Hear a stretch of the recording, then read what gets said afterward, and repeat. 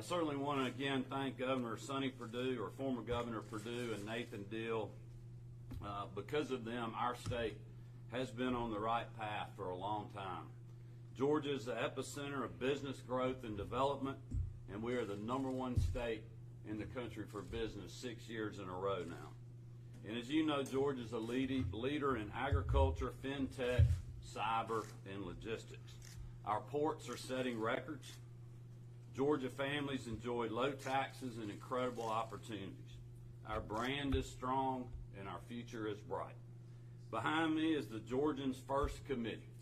These hard-working Georgians reflect the diversity, grit, and values that make our state so great. This group will work with me in the weeks ahead to keep Georgia great. They will partner with Governor Deal's administration, the legislature, and local leaders to ensure a bright and promising future for our businesses, for our families, and for our communities. I understand the enormous responsibility that was given to me on November the 6th. I'm prepared to do what it takes to ensure a smooth and successful transition on January the 14th. Today, I'm proud to introduce the members of our transition committee and begin in earnest this important process of keeping Georgians first. As we announced earlier, Tim Fleming will serve as my Chief of Staff. Jeremy Brand will serve as the Senior Advisor for the Transition Committee, with David Dove as the Transition Director. Jamie Reynolds, Harold Reynolds, Chuck Harper, Alec Poivant, and Mark Middleton are the co-chairs of the Georgians First Committee. Working with Chuck Harper on appointments will be Lisa Durden, Rick Desai, Robert Finch, Alan Fox, Giovanni Jerez, An Lee, Jim Lentz, Alan Poole, T. Dallas Smith, Shanzia Thomas, and the Reverend Rochard White. These men and women will choose a diverse, passionate, and incredibly qualified group of hardworking Georgians to run state government. Alec Poivant will head up the government operations, with Tricia Pridemore, Bob Barr, Craig Lesser, Jay Lynn, Vic Reynolds, and Jay Roberts serving on that committee. Mark Middleton will head up the policy shop with Joy Hawkins, Laura Gamage, Jose Perez, Virginia Galloway, Ben Hames, Mark Hamilton, Brian Marlowe, Reverend Abraham Mosley, Cole Muzo, Tom Ratchford, Tom Price, and Ellen Wiley. This transition committee will work with me to develop plans that grow jobs and enhance educational outcomes, lower health care costs, and reflect our Georgia values and keep our Georgia's families safe. And finally, Harold Reynolds will partner with Lori Smith, Kelly Farr, Greg Dozier, and Christy Fuss to craft a state budget that puts hardworking Georgians, not the special interest, first. I earned my seat in the Senate by creating a coalition of unique individuals who were concerned about our community's future. We put in the work in being an entrenched incumbent in a district that was won by Michael Dukakis. As Secretary of State, I hired people from all walks of life to run the office and serve business owners, licensees, and voters across our state. And today I want to make it very clear that my administration will be known as incredibly competent, obviously diverse, and clearly committed to doing the right thing even when no one is watching. We will transition efficiently, govern honestly, and put hard-working Georgians first. Thank you so much.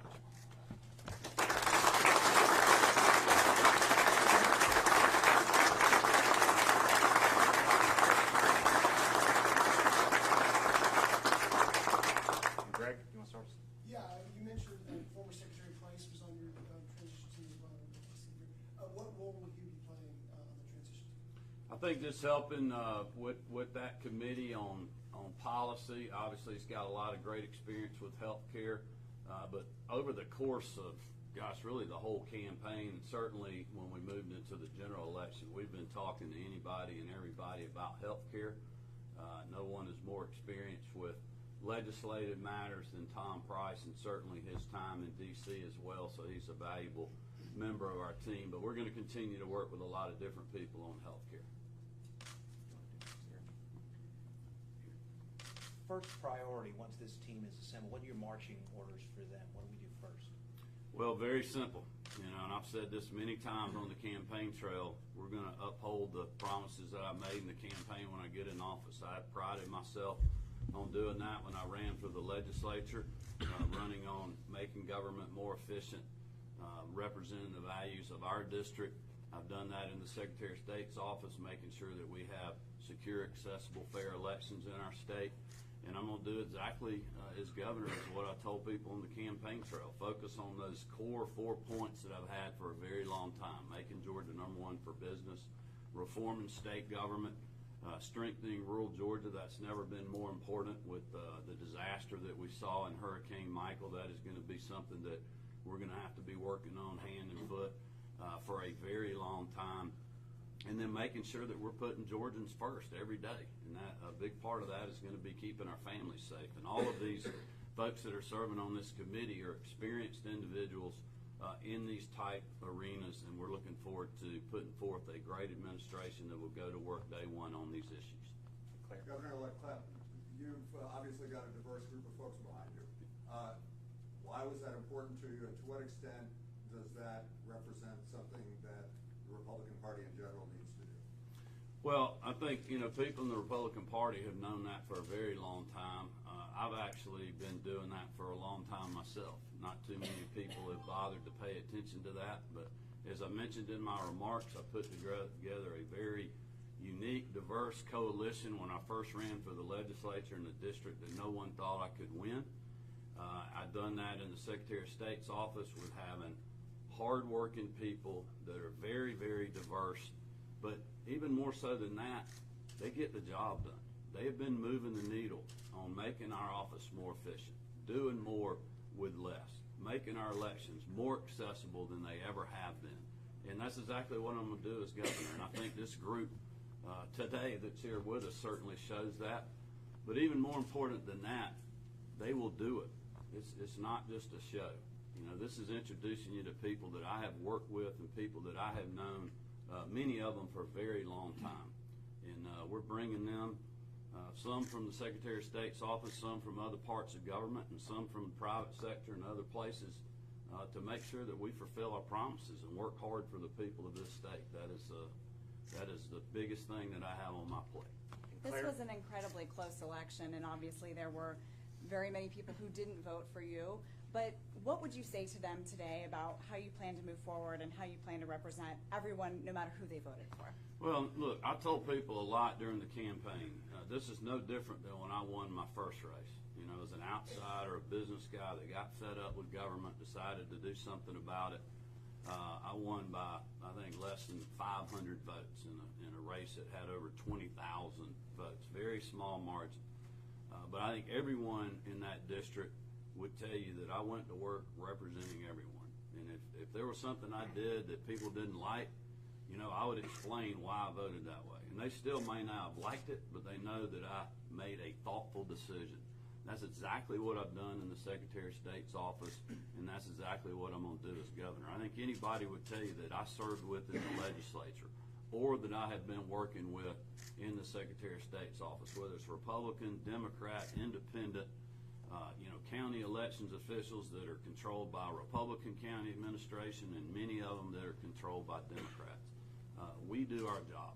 We follow the law, and that's exactly what I'm going to do as governor. I'm going to fulfill the promises that I made during the campaign. In many of those things, look, we're not always going to agree on everything, but many of those things Georgians agree on. They agree that we need to keep our families safe. I mean, I have a wife and 3 teenage daughters. I know how important that is to keep our families safe, to deal with things like the opioid epidemic and the gang crisis that we have in our state. You know, the vast majority of Georgians believe in that. They believe in us having an educated workforce, so we will remain the #1 state in the country for business. You know, everybody agrees we've got to change health care. We've got to work on things to lower cost and make the system better, and that is what we're going to do. Do you have a response to Stacey Abrams' pending lawsuit over the election Not really. Look, we're moving on. Campaigns are about the future. You know, as I said Saturday, hard-fought race, but I won. We're excited. This group of people's ready to go to work, and that's what we're going to do as soon as we get done here. They're going to go to work just like I am. Could you briefly address this business that erupted in the Twitter sphere from folks who are desiring a boycott of Georgia in the film industry because of your election and their concern about you supporting a RIFRA bill? Well, look, the film tax credit in Georgia has been an amazing success story. I've been on record since day one of the campaign of supporting it, even when others said that I wasn't for political reasons, and they know that's not the truth. I'm not worried about what some activist from Hollywood is saying about the elections process in Georgia. I would ask anyone that has questions about that or the record turnout that we had in this election. Yes, record turnout that we have, record number of people on our voter rolls now. It's never been easier to participate in the elections. But I would tell those individuals they should call their county elections office and find out what really happened in the state because of that record turnout. Look, I'm going to continue to protect the film tax credit.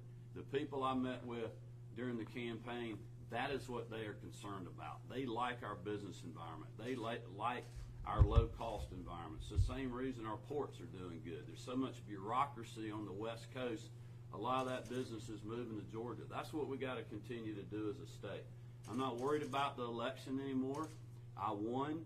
This group's ready to go to work, and that's exactly what we're going to do. Ashley? What about President Trump? Do you feel that President Trump coming in with you on Sunday in Macon, I was there, record crowds there, do you think that that helped you push you over the top? Oh, I think everything that we did helped us. Look, I'm proud to have the president's support. That rally was incredible. I talked to him about that over the weekend when he called me, just kind of rehashing that event. I mean, it was an electric event. And this was a base turnout election. Stacey Abrams did a great job of turning her base out, but we did a better job of turning our base out. And the president helped us do that. The vice president helped us do that. A lot of other hardworking Georgians helped us do that as well. You arrived Let's on do two Air Force more. One. No, What was that like to be on Air Force One to arrive in Georgia with the president? Share. Well, it was cool. I'd never been on Air Force. Of course, I'd never been on Air Force Two before. I had never been governor-elect before, and I'd never run for governor before. So this is all very cool. But look, the election's over with. Now we got to go from being cool to getting down to work. And that is what I had marked my success on in the private sector, as a father, as a husband, as a state senator, and as Secretary of State, is results by what you do every day. Not the big cool things, but those hard-fought steps every day to make change, to make things better. That's what parents want. That's what our citizens want. They want someone that is going to make tomorrow better than it is today. And if it's not, then work to make it better the next day. I have found a lot of our successes don't come with glamour. For instance, the press would barely write about when we created the electronic ballot delivery to make it easier to vote for our military men and women serving overseas and our Georgia citizens working overseas.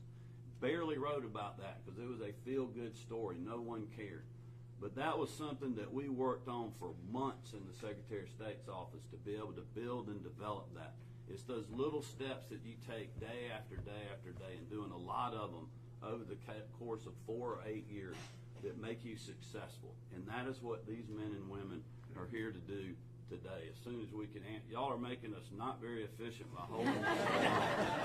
And that'll be it, folks. Thank you. All right, thank you very much.